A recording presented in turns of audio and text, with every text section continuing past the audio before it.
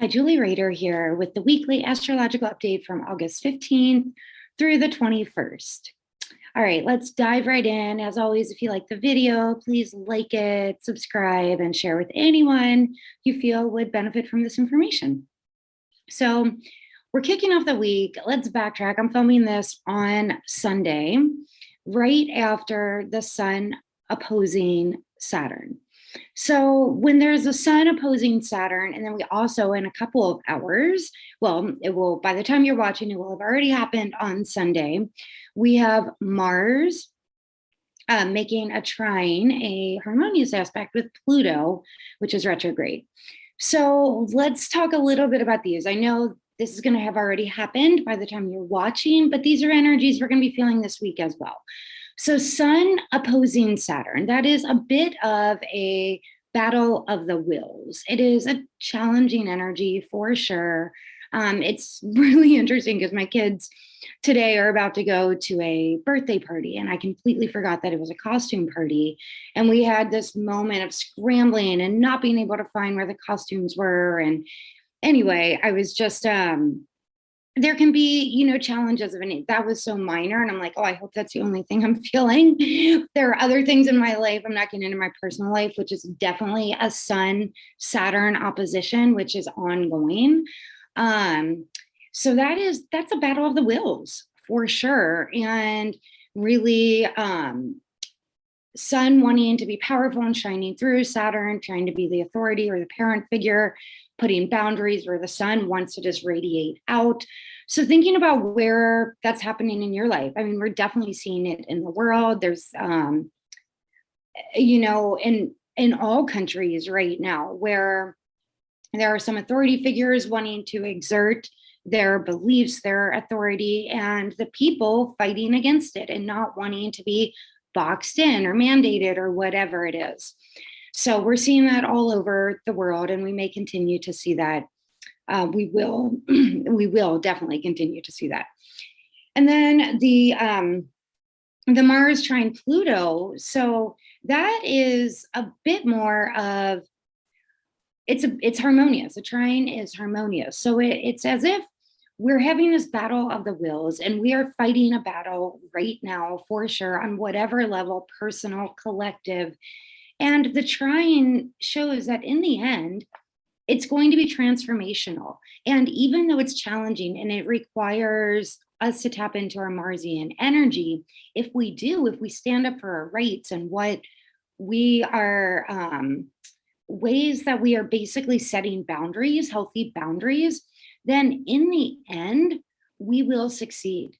We do not want to roll over, but if we set boundaries in a way that we're doing it with the intention of just a pure intention of knowing that this is where I stand, this is the parameters I'm going to put on my life so that I'm not taken advantage of or whatever it is.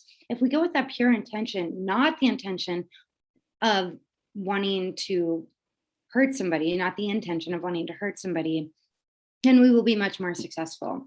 Let's get into Monday. So those themes will continue throughout the week. Where can we set boundaries so that we know in the end we can transform? And where can we be willing to see another person's point of view without butting heads?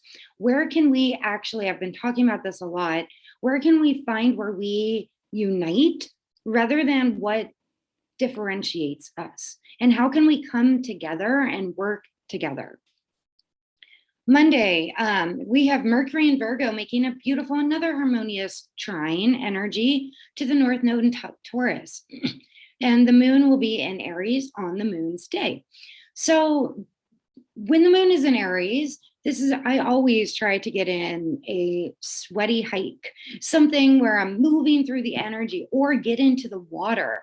If you're feeling a lot of emotion coming up from the aspects from Sunday, get into the water, walk near the water, go swimming. That's a great usage of this energy.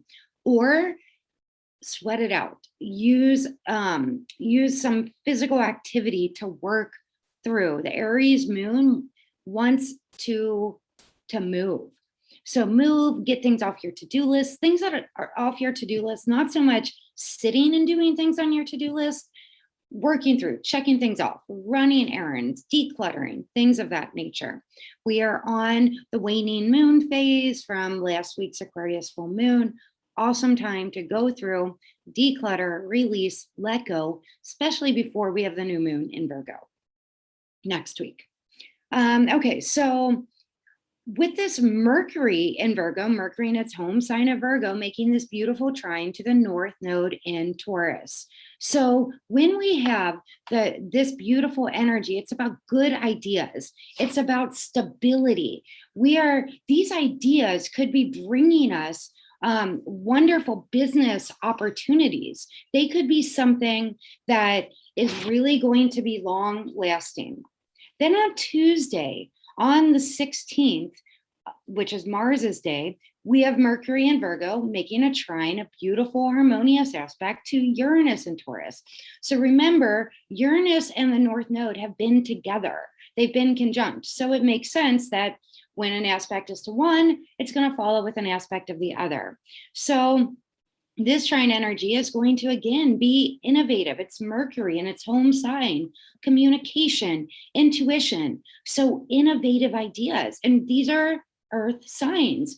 So innovative ideas that could actually bring us money. They could be practical ideas, intuitive ideas. So really pay attention to what's coming through in your life right now.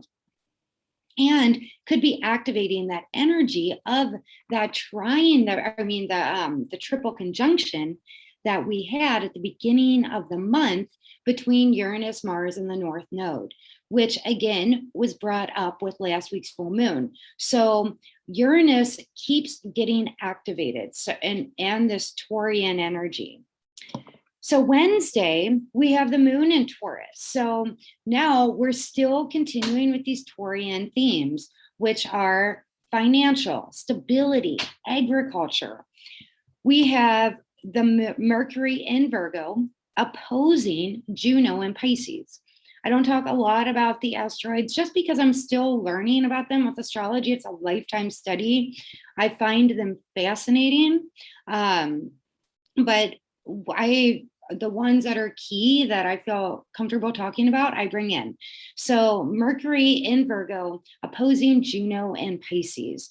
So this is bringing in Mercury in its home sign is really, and remember, Juno's retrograde, but Mercury is wanting to communicate in a practical way. Juno is wanting to be more romantic and really just a little more, fantastical. So there could be, this opposition could simply be needing to keep the feet on the ground and look at things in a practical way, as opposed to having the rose-colored glasses on. This is an aspect on Wednesday. We may need to take the rose-colored glasses off and see the practicality in a romantic relationship with another person. Again, we have the Taurus moon, and its first aspect is a square to Pluto. So this square to Pluto is really, again, transformation. With this other aspect, with the Mercury opposing Juno, it could be where maybe this conversation leads to an ending of a relationship, or perhaps we could transform and push through to the other side and a rebirth of the relationship. Then on Thursday, on the 18th, we have Venus in Leo. Venus feels like the queen in Leo, making a beautiful trine to Jupiter in Aries. So Venus, the two benefics. Jupiter is the greater benefic simply because it's bigger, and Venus, the lesser benefic. When they come together, it is a beautiful day. So maybe if there was an uncomfortable conversation, this is the day where you kiss and make up. This is the day. Maybe it has nothing to do with a romantic partner. This is simply a time where you want to be out there and doing things and kind of bigger than life. Also, really think about, what are your visions? This is a fire trine. So where can you reignite your intentions, your vision? Then we have the moon in Taurus. Then it activates that Uranus and North Node, because it conjoins with both of them. And then it squares Saturn. So it's reactivating the energy of the Aquarius full moon that we had last week. So this energy keeps getting reignited. It is an energy that is not going to, it's not just a one and done deal.